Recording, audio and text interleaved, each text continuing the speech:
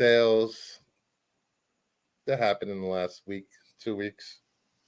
First up, we have All-Star Western number 10, 1972, CGC 8.5, sold for $384.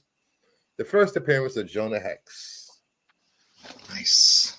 That's pretty cool. I love Jonah Hex.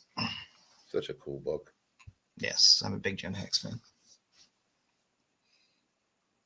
Very cool. It also has El Diablo and Batlash. Batlash. Not a Robin, but Batlash. Next up, we have Conan the Barbarian number 1 from 1970. So a CGC 9.4 sold for $1,380. It's come down. Yep. Get on that Barry Windsor Smith train.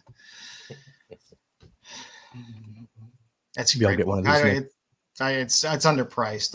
I'm gonna have to pull the trigger on one of these. I think soon. It's just it's come down so much that I just feel bad not having it.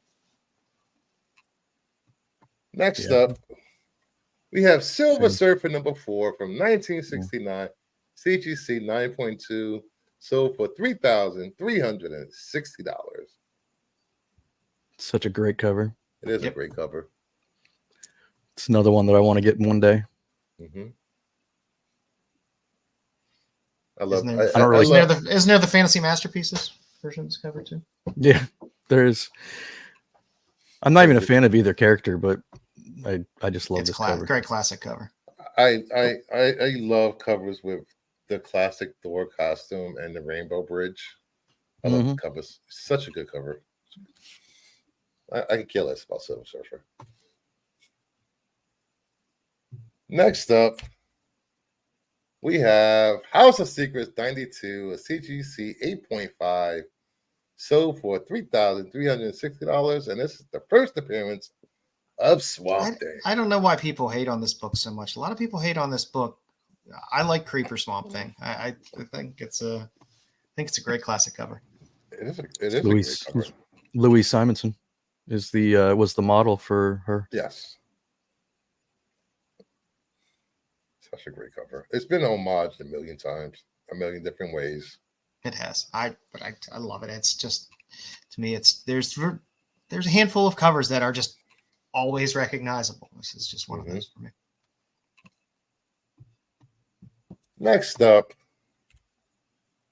we have Blazing Comics number 5. It has a variant interior, a double cover. This is from Rural Home Comics, CGC 9.8.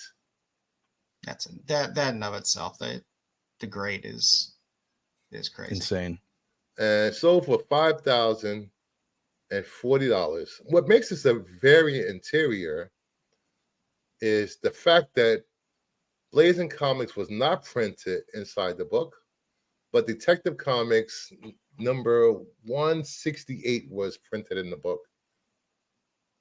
That's even more interesting.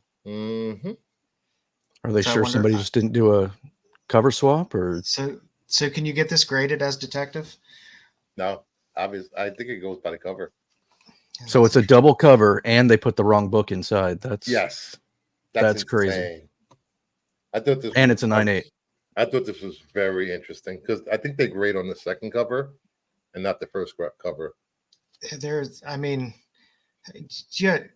I know we see Golden Age stuff and we're like, hey, there can't be that many of these. It's great.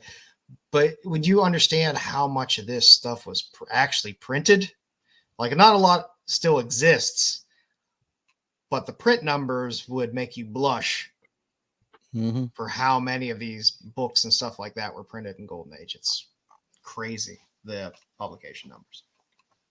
Yeah. They don't know what year was printed, but based upon Detective Comics 168, which is an amazing cover by itself. It's from 1951. It's the Red Hood Joker cover. Red Hood, yeah.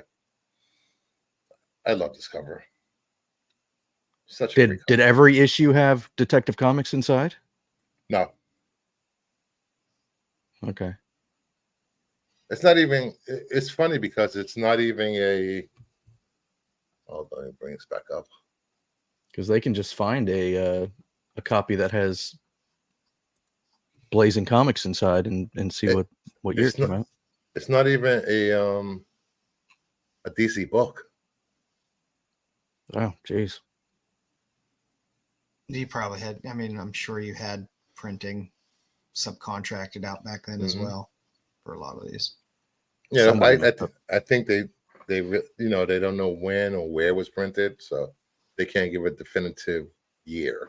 Yeah, I'm not familiar with Worrell Home as a publisher. The fact that this happened and that someone knew to keep this in pristine condition for 80 years or 70 years is Yeah, crazy. 72 years. 72 years. It's insane. I love Yeah, it though. it's weird. Piece of history.